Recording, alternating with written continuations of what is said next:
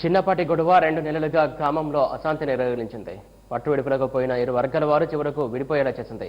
అంబేద్కర్ విగ్రహ స్థాపన విషయంలో తమను అగ్రవర్ణాల వారు సాంఘిక బహిష్కరణకు గురి చేశారంటూ గ్రామంలోని దళితులు ఆందోళనకు దిగారు. వారికి రాష్ట్రంలోని వివిధ ప్రాంతాలకు చెందిన ప్రజాప్రతినిధులు, దళిత సంఘాల నేతలు మద్దతు పలికాయి. అయితే తాము ఎవరిని గ్రామ బహిష్కరణ చేయలేదని అగ్రవర్ణాల వారు చెప్పారు. మరోవైపు గ్రామంలో పోలీసులు 144 సెక్షన్ విధించి శాంతి భద్రతల పరిరక్షణ చర్యలు చేపట్టారు. పశ్చిమ గోదావరి జిల్లా పాలకోడేరు మండలం గరగపరు గ్రామంలో అంబేద్కర్ విగ్రహ స్థాపన విషయంలో అగ్రవర్ణాలకు దళితులకు మధ్య వివాదాలు చెలరేగి తీవ్రస్థాయికి చేరింది. 2 నెలల క్రిందట జరిగిన విషయం పెద్దదై మీడియా ద్వారా బయట ప్రపంచానికి తెలిసింది. దీంతో ఈ నెల 24న గ్రామంలోని దళితులు ఆందోళన తీవ్రతరం చేశారు.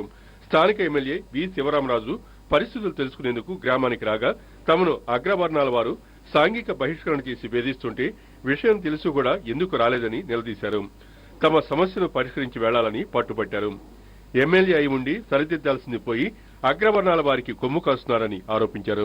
విగ్రహ తొలగింపునకు సాంఘిక బహిష్కరణకు కారణమైన నిందితుడిని అరెస్ట్ చేయాలన్న ప్రధాన డిమాండ్తో ఆందోళన కొనసాగిస్తున్నారు. దళితులు చెలో గరగపర్రు పిలుపునీయడంతో ఉద్యమ ఉధృతాన్ని గమనించిన ప్రభుత్వం గ్రామాల్లో 30, 144 సెక్షన్లు అమలు చేస్తూ పెద్ద ఎత్తున పోలీసు బలగాలను మోహరించింది. గ్రామం నుండి వాహనాలను రూటు మార్చి సరిహద్దులో చెక్ పోస్టులు ఏర్పాటు చేశారు. గ్రామేతరులను సరైన కారణాలు ఆధార్ కార్డు చూపంది అనుమతించడం లేదు.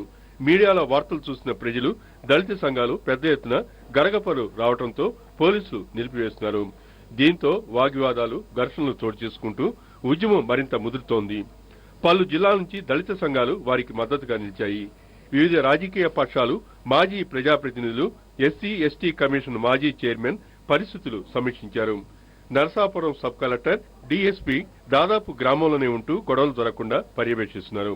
26వ తేదీన జాతీయ ఎస్సీ ఎస్టీ కమిషన్ సభ్యుడు రాముడు బాధితులతో మాట్లాడారు.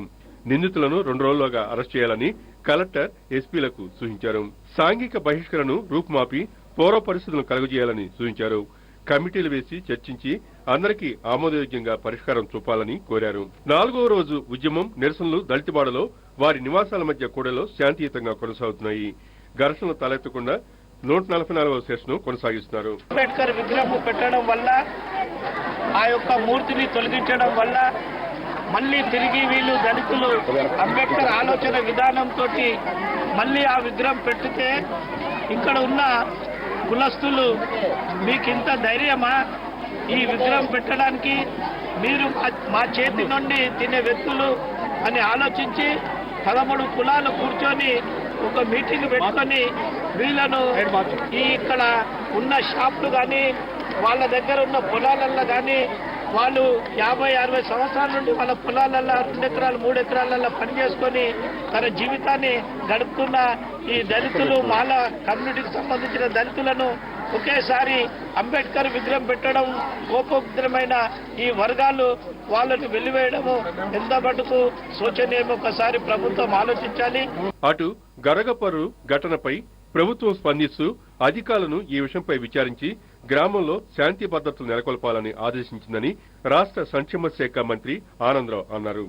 సమస్యను తెలుసుకున్న వెంటనే కలెక్టర్, ఎస్ఐలకు నోటీసులు జారీ చేశారని, ఈ రోజులో కూడా ఇటువంటి అంటరానితనంతో దళితులను సాంఘికంగా బహిష్కరించడం ద్వారా చాలా దిగ్భ్రాంతికి గురి చేసిందని మంత్రి అన్నారు.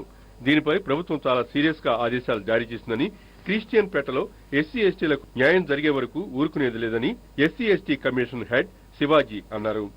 పాలకోడేరు మండలం గరగపరు గ్రామంలో ఏదైతే ఏప్రిల్ 23, 24 అంబేద్కర్ బొమ్మ విషయంలో ఆయన మహానుభావుడు, ఆయన విషయంలో కొన్ని ఇబ్బందికర పరిస్థితులు ఉన్నప్పుడు అప్పుడు సబ్ కలెక్టర్ షార్ట్అవుట్ చేయడం జరిగింది.